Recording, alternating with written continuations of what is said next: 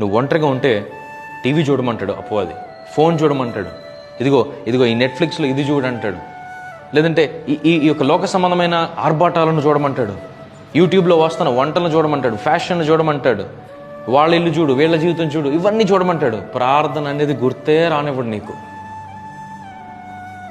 చెప్పండి, ఎప్పుడైనా మీరు ఒక 1 hour టీవీ చూసిన తర్వాత వెంటనే మోకరించి ప్రార్థించాలని అనిపిస్తుంది? ఎప్పుడైనా అనిపించదు.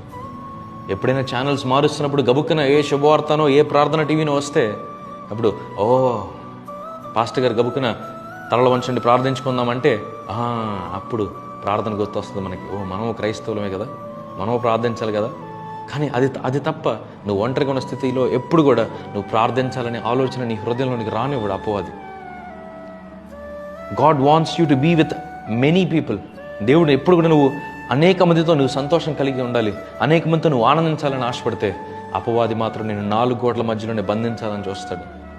ఈ లోకంలో ఈ 4 గోడల మధ్యలోనే ఈ అంధకారంలో నువ్వు బంధించాలని చూస్తాడు.